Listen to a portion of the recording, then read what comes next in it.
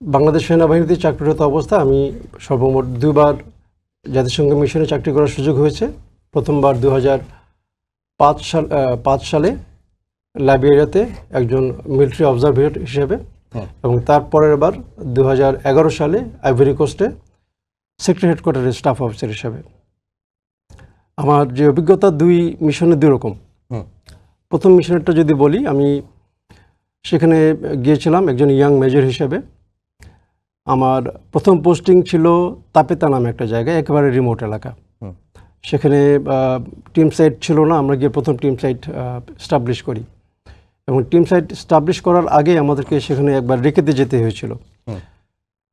রেখেতে যাওয়ার আগে আমরা জানতে পারি যে সেখানে একটা ইথিওপিয়ান ব্যাটালিয়ন ডিপ্লয়েড আছে।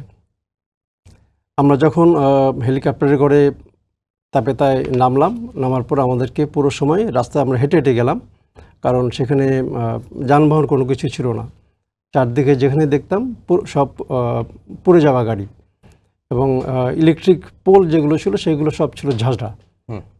কী পরিমাণ যে ফায়ারিং হয়েছে এটা ওখানে না থাকলে কেউ আসলে বুঝতে পারতো না, এবং প্রত্যেকটা বাড়ি ছিল পোড়া।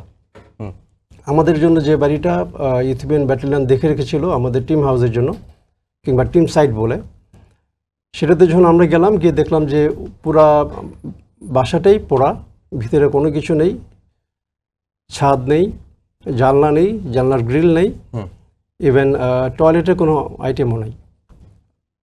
যাই হোক, আমরা ওখান থেকে আমাদের টিমের যে টিম লিডার ছিল তার সাথে মিলে আমরা এসএস করে দেন মনরবিতে চলে আসি, এবং পরবর্তীতে আমরা আমাদের টিম সেট আপ করার জন্য ইউএনের সহায়তায় একটি বড় হেলিকপ্টার MI-26, যেটাতে করে দুটো গাড়ি নিয়ে আমরা আমাদের সরঞ্জাম সহ টিম সাইট এস্টাবলিশ করি, এবং টিম সাইট এস্টাবলিশ করার পর থেকে মূলত আমাদের কাজ শুরু হয়। সেখানে আপনার খুবই রিমোট জায়গা ছিল, যেখানে গাড়ি নিয়ে গেলে হয়তোবা যদি জিপিএস না থাকতো ফিরে আসা সম্ভব হতো না। যদিও বাই দেন যুদ্ধ শেষ হয়ে গিয়েছিল, দুপক্ষের মধ্যে আপনার ট্রিটি হয়েছে যে কেউ যুদ্ধ করবে না, বাট মানুষজনের মধ্যে তখনও একটা অবিশ্বাসের চাহনি ছিল। কোথাও আর্মির ইউএনের গাড়ি দেখলে সবাই দৌড়ে আসতো এবং তাদের সমস্যাগুলো আমাদেরকে বলতো।